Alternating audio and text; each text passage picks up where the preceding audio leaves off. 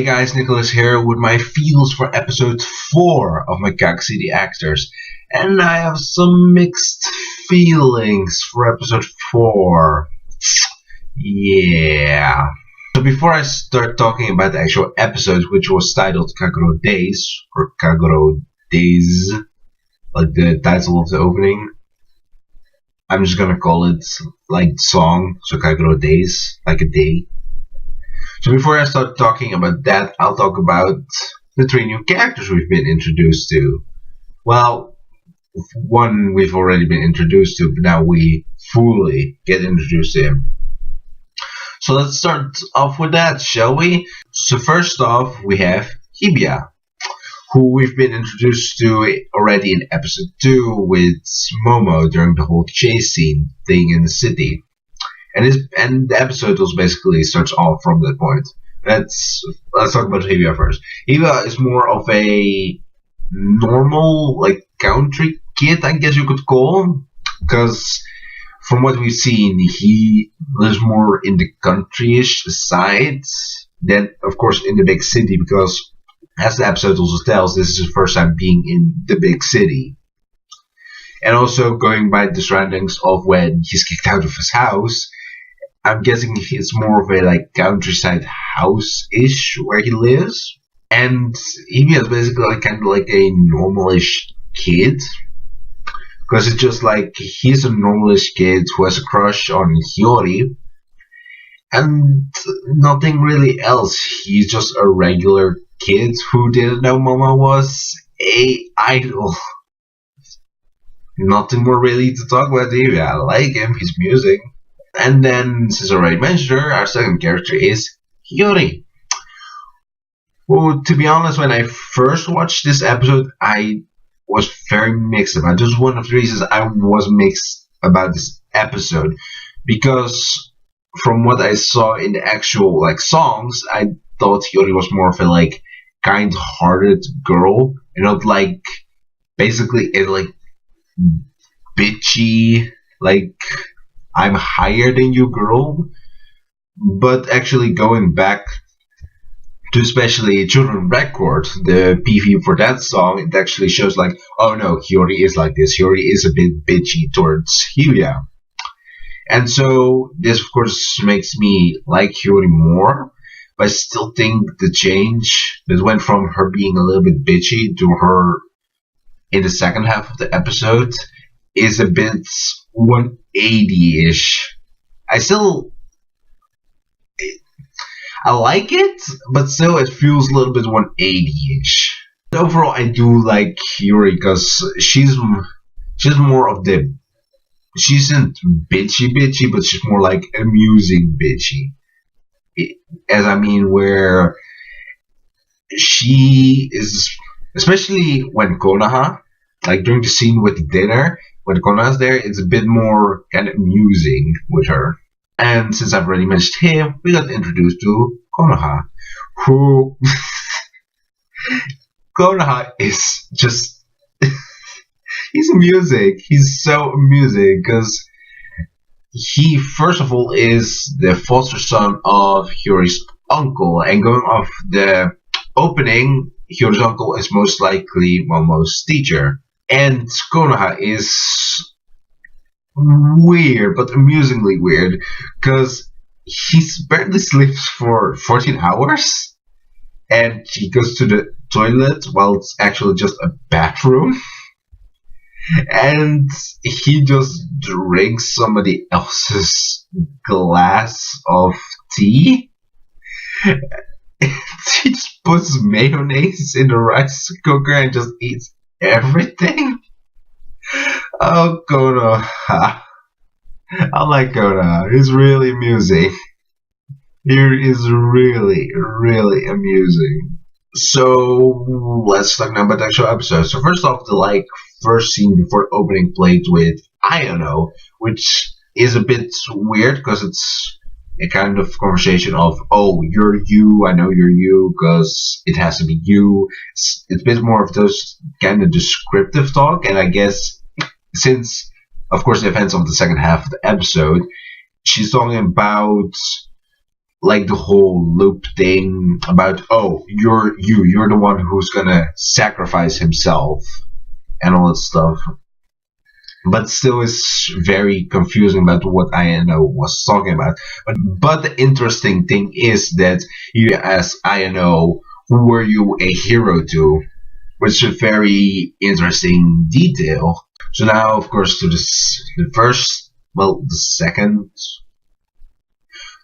second quarter or the first half of the actual episode, which is more gaggy, showing that Hiba has feelings for Yuri being a bit bitchy, or Tsunere towards Hibiya, and all this stuff, and showing that Hibiya's father is very strict and sort of in the dojo-ish, like kendo dojo, like sort of household is where Hibiya lives.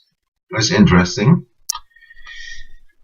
And there isn't much to talk about in the first half of the actual episode.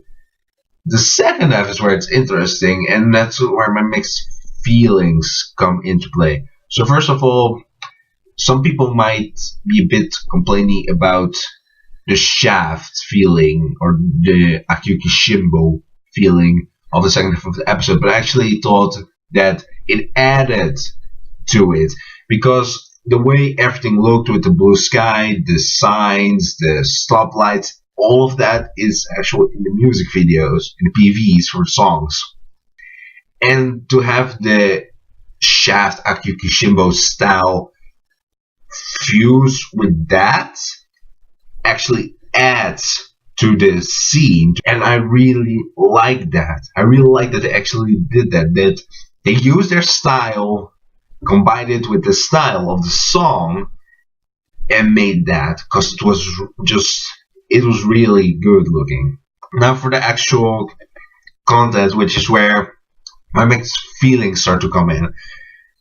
Because what we see happening in the second half of the episode is that Yuri dies 3 times. One time when she's hit by the truck, another time when she's impaled by all the iron bars or poles falling from the sky and piercing through her. Well, we don't actually see it piercing through her, but they do pierce through her. And the third time when she falls off the stairs. And the thing is, we see these 2 scenes. The first scene is right before Yuri gets hit by the truck, which is when Hibiya is walking towards Yuri, looks back and sees one crow on like the electric bar. Then when he's in the second time of this loop, before Yuri of course gets impaled by the iron poles or bars, there are 2 crows. And then a bit later on, we see Hibiya looking back, and there are a whole bunch of crows. And the thing that's it's more of a nitpick. I know that, but it still kind of bothers me, so I'm going to mention it, is that in actual song, we see more of it's a bit more clear that Hibiya has been stuck in this loop for decades. He is literally stuck in this loop for decades. And anime, I know it shows it with the crows, but it's nitpicky. But I know it's very nitpicky.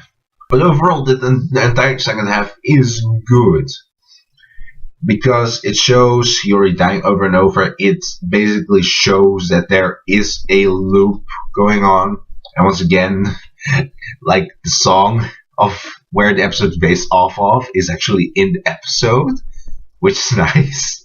I always love that, because Kaguro Days, that song is like top 3 of the Kaguro project. The other ones being Outer Science and Children Record, which you can watch Children Record. I don't recommend watching Outer Science. Don't watch that right now. Spoilers. Yeah, like, it's more being... The reason why I have mixed feelings for this episode is because they didn't show too well, I guess, the whole loop thing, that Hibiya is stuck in this loop for decades. And that's just really... it bugs me. It really bugs me because I want to like this. I really like this episode, but just that nitpickiness of me is. I can't put my. I can't. I don't know how to say this, but it just really bugs me. And I guess we should also mention the cat, since the cat actually has red eyes. So does the cat also have like eye powers? And I guess to conclude this, let's talk about the fourth part of the Monster Girl. Because Alf is out of the previous episode, because at the end of it, she was just crying.